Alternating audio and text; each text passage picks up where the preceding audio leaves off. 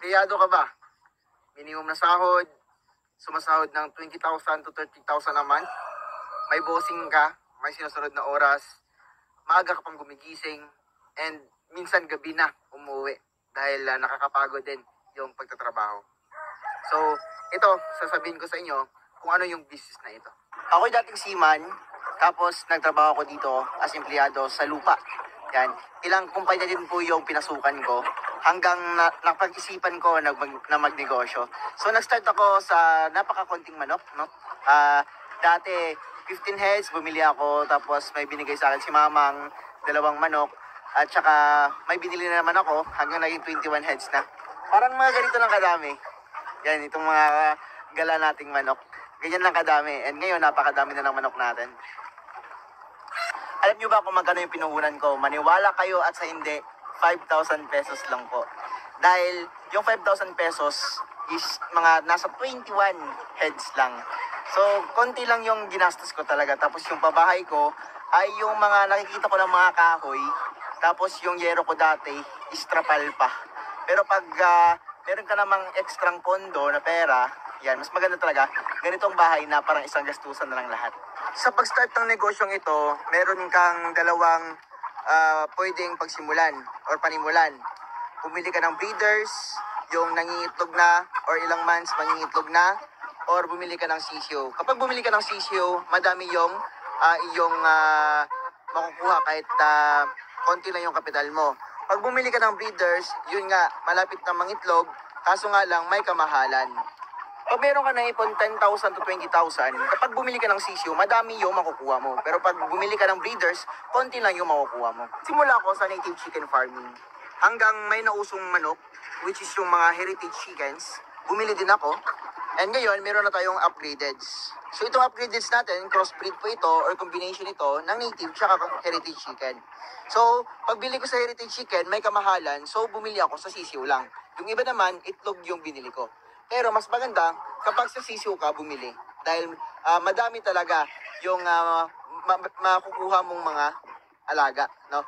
Kumpara sa meron kang 20,000, kapag meron kang 20,000, yung mabibili mo sa pera mo na 20,000, nasa mga 10 hanggang 20 breeders lang.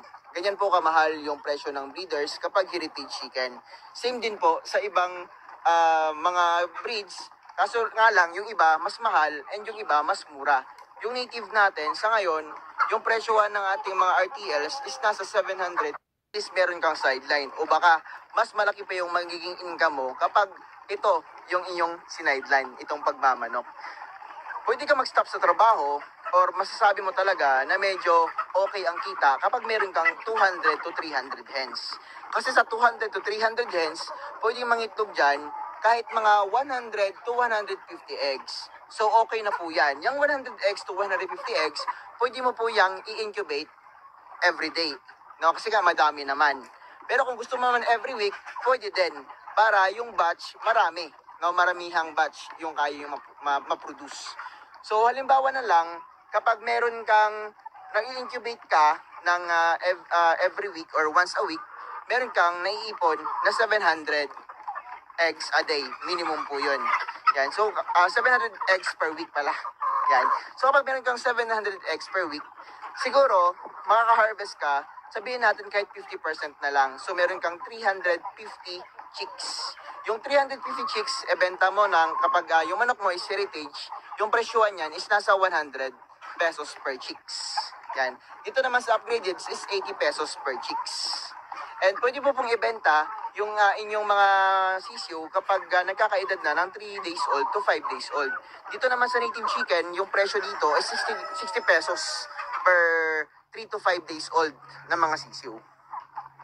Kung everyday ka naman nag-i-incubate, pwede ka maka-harvest. Sabihin natin, siguro minimum natin mga 50 chicks a day yung pwede mong makolekta sa iyong incubator.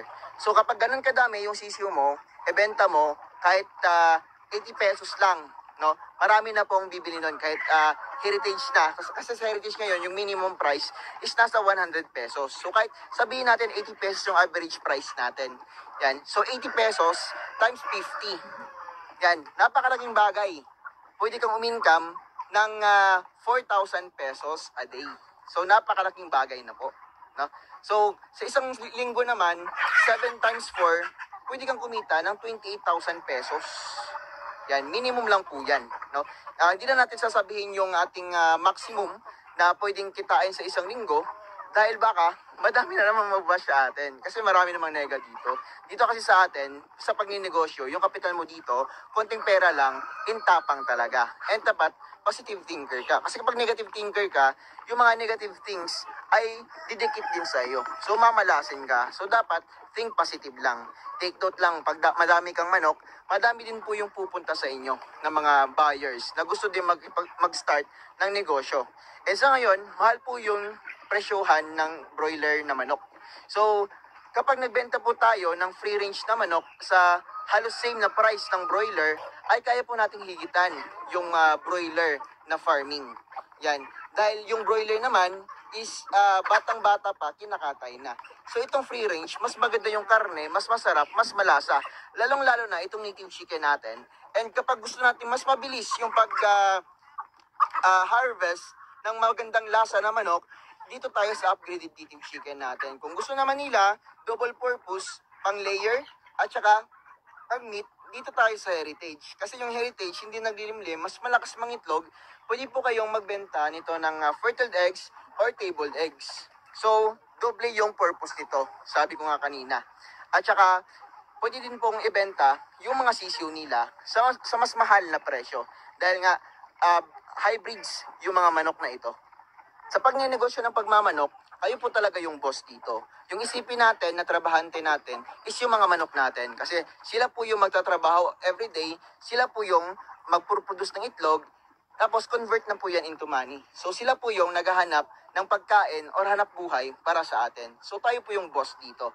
So yung gagawin nyo lang, pakainin sila ng twice a day, umaga, tsaka hapon. Ganun lang po. Tapos yung tubig nila, kung malaki naman yung patubigan nyo, once or twice a day. Ganyan po dapat. Para fresh palagi yung iniinom ng manok natin. Kasi pinipili din po nila yung fresh water. Kung nag-uumpisa ka pa lang, iniisip mo agad yung incubator. Yung incubator po, hindi po basta-basta nabibili dahil may kamahalan yung incubator.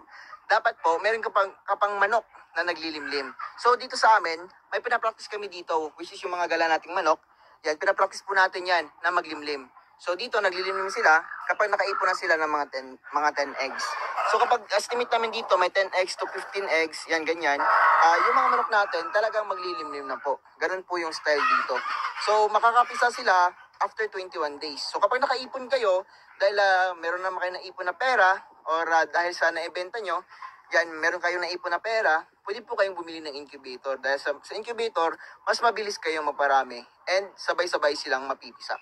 Alam ko, nakakapagod na lang talaga magtrabaho everyday. Dahil nga talagang meron kang boss, tapos meron ka pang mga marites na mga kasabay, mga toxic. Kasi nga, kahit saan ka magpunta, meron talagang toxic people.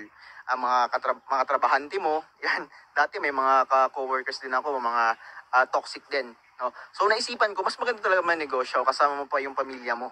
Yan. So talagang kapag wala ka pang ipon, yan, paano ka na?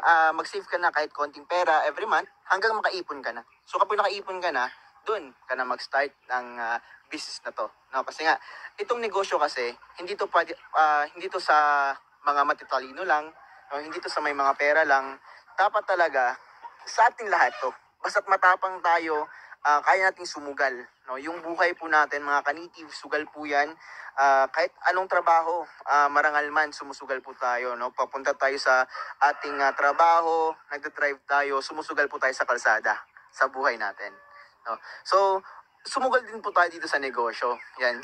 Parang pagsusugal din po ito, na talagang kapag nanalo ka, ay talagang marami kang ma-harvest na pera. No? Or yung mga pangailangan mo, kaya pong matustusan ng ating mga manok.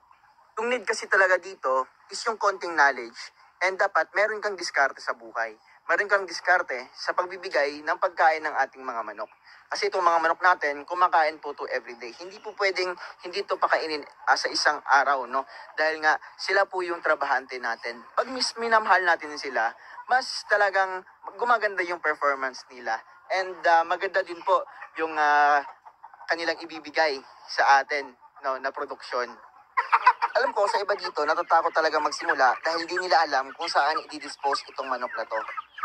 Sa ngayon, madali lang po i-dispose ito dahil dumadami din po yung tao. Mas marami nag-crave kumain ng manok. Yan. Sa ngayon, dahil high-tech na, pwede na po magbenta through online. And syempre, ako tumutulong din po ako sa mga farmers na pinupuntahan ko, fini-feature ko. So yung iba is meron ng mga direct buyers, no? May mga paulit-ulit na mga buyers sa kanila dahil na-feature sila sa atin. And super high-tech tayo ngayon. Yan, through online na nagbebenta. Sa online, doon na rin din po yung mga buyers, no? So post lang po tayo doon. And talagang pag nakakontrata tayo, kunin po natin, i-grab natin yung opportunity dahil pwede silang kumuha sa atin ng every week. Yan. So tayo, may naghihintay sa atin na kukuha ng 3,000 heads per week. So hindi ko pa kayang mabigay yon. Siguro sa susunod na mga taon, kaya ko mag-supply ng mga 3,000 heads per month lang. Sa 3,000 heads per week, hindi ko pa kaya. Yan. So kaya nga, need ko rin ng tulong nyo na dumami tayo na breeders ng pagmamanok para yung mga buyers natin sa atin lang po talaga kumuha and hindi din po sila mahirapan sa paghanap ng mga manok at hindi na po sila pupunta sa ibang breeders kundi sa atin lang po, no? Kaya please mag-start na rin po kayo ng manok and tulungan nyo po ako kasi nga hindi ko kayang mag-isa sa pagbebenta ng pagmamanok dahil napakaraming kumakain ng manok at hindi ko kayang supplyan lahat. Iba naman natatakot sa aratay or sa bird flu. Kasi yung iba namamatay ng manok, yan madami nagsasabi na kapag nabakuna yung kapitbahay mo, mamamatay daw yung mga manok mo kapag hindi ka nagbakuna. So hindi po yung totoo dahil ako na po yung napatibay talaga na hindi yung totoo dahil gumawa ako ng vlog at nakita yun ng mga subscribers natin and followers natin na talagang hindi po namatay yung hindi ko binakunahan na manok at NCD Lasota plus IV pa yon. Tapos yung vaccine, hindi ko po nilibing, andun lang po sa manukan natin at hindi po namatay yung mga manok natin. So yung mas maganda lang talaga para sure kayo sa business nyo, magbakuna na lang kahit once a year ng NCD Lasota plus IV, kahit yun lang na bakuna. Tapos yung ibang sakit naman is curable, except lang sa bird flu. Yan. At talagang vitamins tayo palagi at gamot kapag may nagkasakit, no, wag na po pabayaan kasi pag lumala baka lumaganap yung sakit niya, no, at maging cause pa ng talagang pandemic sa pagmamanok natin. So kawawa yung manok natin. Kapag nag-business kayo, ginagastusan natin to every day. So dapat talaga be responsible and dapat talaga alagaan na mabuti kasi nga ginagastusan natin to every day.